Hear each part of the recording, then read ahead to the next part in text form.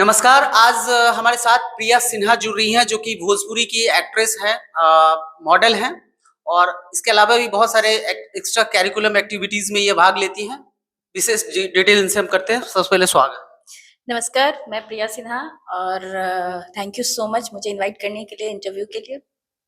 Okay, देखिए ये मुद्दा आज दर्शकों में आपको बता रहा हूँ कि ये मुद्दा जो है वो अनुपमा यादव से जुड़ा हुआ है, क्योंकि अनुपमा यादव इन दिनों जो है वो सारे social media channels, YouTube channels और टीवी चैनल्स पे आके नवादा वाली घटना पे प्रकाश डाल रही हैं।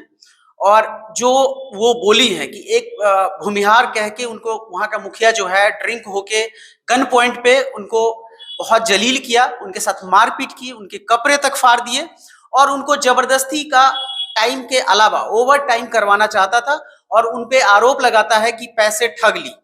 तो इसी पे बात करेंगे। सबसे पहले प्रिया, आप ये बताओ कि अनुपमा यादव का केस आप स्टडी की हो, देखे हो?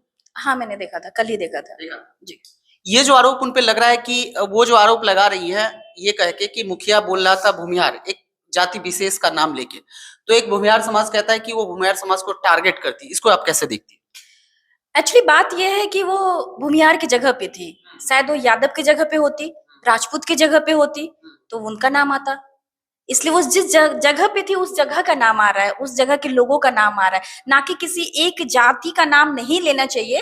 और जगह का जरूरत था वैसा, क्योंकि अगर वो हो सकता है सोनपुर जिला में होती तो इधर राजपूत ज्यादा है, तो होता कि राजपूत को टारगेट किया गया, या भूमिहार जगह पे है तो हो रहा है भूमिहार को, यादव जगह पे होती तो यादव को टारगेट किया जा रहा है। टारगेट जात को नहीं किया जा रहा है, बात को टारगेट किया जा रहा है, क्योंकि उनके साथ कैसा बिहेव वहां पे किया गया है। बिहेव जो किया गया, क्या एक एक्ट्रेस के साथ या मॉडल्स के साथ या डांसर ही हो, ऐसा होना चाहिए था या नहीं?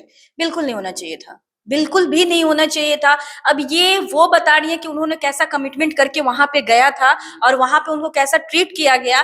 जितना कि मैंने सुना उनके इंटरव्यू में, उन्होंने कहा था कि मैंने ऑर्गेनाइजर को पहले ही बता दिया था कि मैं जा रही हूँ शो में और शिव कुमार बिक्कू आ रहे हैं तो मैं उनके साथ डुएट नहीं करूंगी।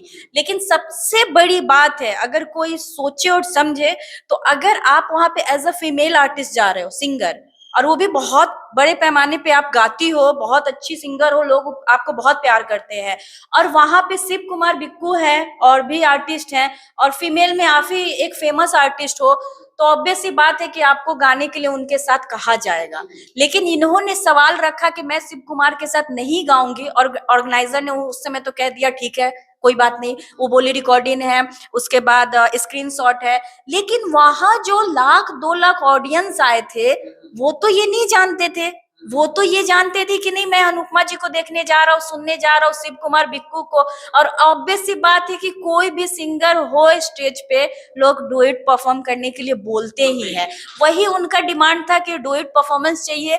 अनुपमा जी का मैंने देखा स्क्रीन पे कि उन्होंने उस समय भी ऑर्गेनाइजर को बोला कि मैंने आपको कमिटमेंट किया था, मैं इसके साथ नहीं गाऊंगी।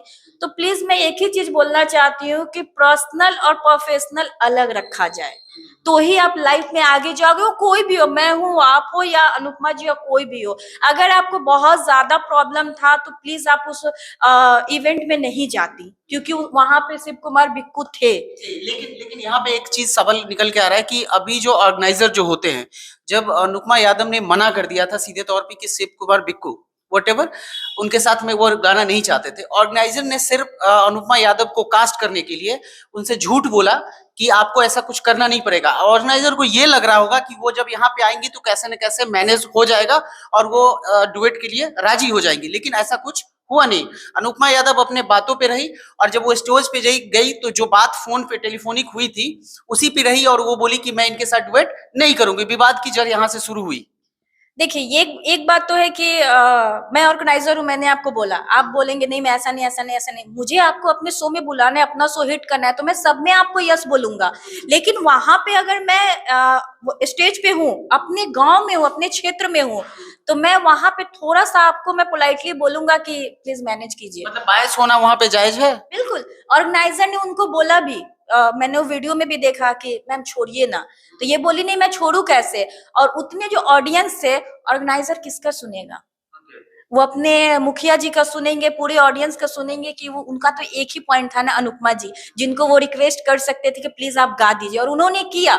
अनुपमा जी ने पहले बहुत नानुकुर किया, लेकिन फिर उन्होंने गाया। मैंने ये भी देखा, ये भी सुना, उन्होंने गाया, लेकिन उनके चेहरे पे बहुत गुस्सा था, बहुत प्रॉब्लम था कि उनको नहीं करना था। तो एक ही बात मैं बोलना चाहूंगी कि पवन जी और इनका सॉरी अक्षरा जी का भी शायद लड़ाई चल रहा है, आप लोग सभी जानते हैं।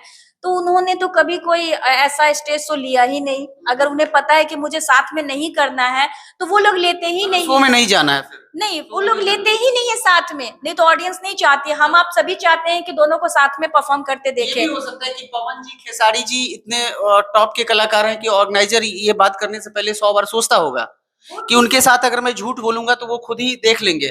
लेकिन अनुपमा यादव यहाँ पे एक महिला है, तो चलो भाई इसको तो कुछ भी करेंगे, और वही हुआ अनुपमा यादव के साथ। वहां पे जो हुआ वो बहुत शर्मनाक था। बिल्कुल, बहुत ही शर्मनाक था। लेकिन मेरा एक ये पॉइंट है कि जब वो दोनों आर्टिस्ट इतने बड़े बड़े हैं, वो लोग वहां पे साथ में नहीं करते हैं शो, तो अनुपमा जी को भी शिव कुमार बिक्कू से बहुत ही ज्यादा प्रॉब्लम है। उन लोग की लाइफ में बहुत प्रॉब्लम है, मैंने बहुत सारा उनका देखा वीडियो।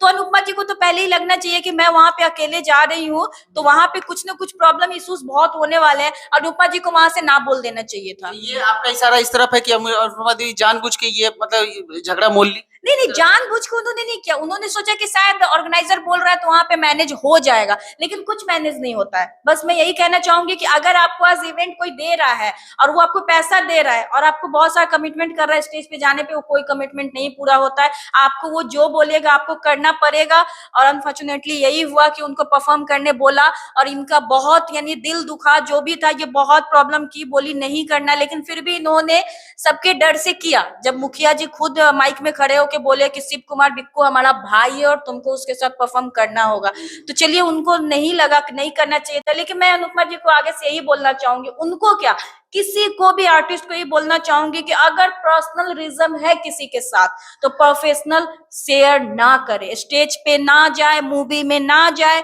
नहीं तो जाने के बाद ये विवाद होना ही होना है। अच्छा एक बात है, जब वो शिव कुमार बिक्कू के साथ मतलब जो भी है स्टेज डुएट कर लिए, उसके बावजूद भी इस तरह की बात क्यों आई? मुखिया ने क्यों उनको सो कॉल्ड जो थ्रेट जैसा वो इल्जाम लगा रही हैं? मामला पुलिस में भी होगा, ठीक है। आगे की कार्रवाई कहाँ तक पुलिस करेगी, क्या करेगी, वो मुझे नहीं पता। लेकिन जब ये सारी चीजें हो गई, उसके बावजूद भी उनके साथ अभद्रता की गई, तो कहीं न कहीं यहाँ पे ये चीज दिखता है कि दबंगता शो किया गया उनके साथ। ये बहुत गलत है। मैं बोलना चाहूंगी, मैं भी एक लड़की हूँ, मैं भी एक बेटी हूँ, आपके घर में भी बेटी है। समाज में बेटी के बिना तो समाज चलेगा ही नहीं। हर क्षेत्र में आपको लड़की लड़का से आगे दिखती है, तो प्लीज मैं हाथ जोड़ के रिक्वेस्ट करती हूँ कि किसी भी क्षेत्र में लड़की का इज्जत कीजिए। अगर आप दबंग है तो भाई बहुत ही अच्छी बात है कि आप उस लेवल पे हैं।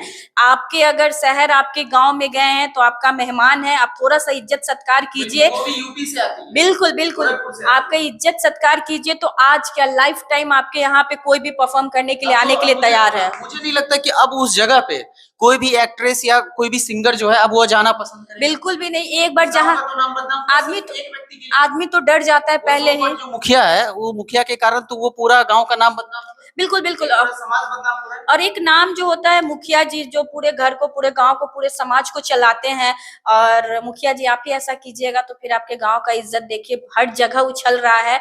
तो प्लीज ऐसा ना करें, मैं रिक्वेस्ट करती हूँ हाथ जोड़ के आपसे, क्योंकि आगे लाइफ में आप किसी भी अगर फीमेल आर्टिस्ट को बुलाना चाहेंगे तो मुझे नहीं लगता कि कोई इस कांड के बाद आपके शहर, आपके गाँव में आना चाहेगा। सो इज्जत कीजिएगा। तो खासकर लड़कियों का अभी नवरात्रि बीता है, तो मैं एक ही चीज बोली, मेरे एक फ्रेंड ने मुझे कॉल किया तो मैं बोली कि मैं नहीं लगाती हूँ किसी का फोटो भगवान का। मुझे पूजना है, मैं भगवान को पूजूंगी। मैं स्टेटस लगा के नहीं दिखाऊंगी कि मैं पूजा कर रही हूँ। और वही इंसान 9 दिन लड़की को देवी दुर्गा बोलते हैं और ठीक उसके बाद उस लड़की को हैवान की नजर से देखते हैं। तो नहीं करो पूजा, नहीं करो पाठ। बस एक लड़की का लाइफ में एक बार इज्जत कर दीजिए, जिंदगी में माता रानी वैसे ही खुश रहेंगे आप। तो ये एक थी डिटेल चर्चा की हमने, और अनुपमा यादव पे आपके जो विचार होंगे, अनुपमा यादव क्या कह रही हैं, क्या पूरा मामला था आपने सुना, तो आपके हिसाब से जो विचार होंगे वो कमेंट सेक्शन में जाके कीजिएगा।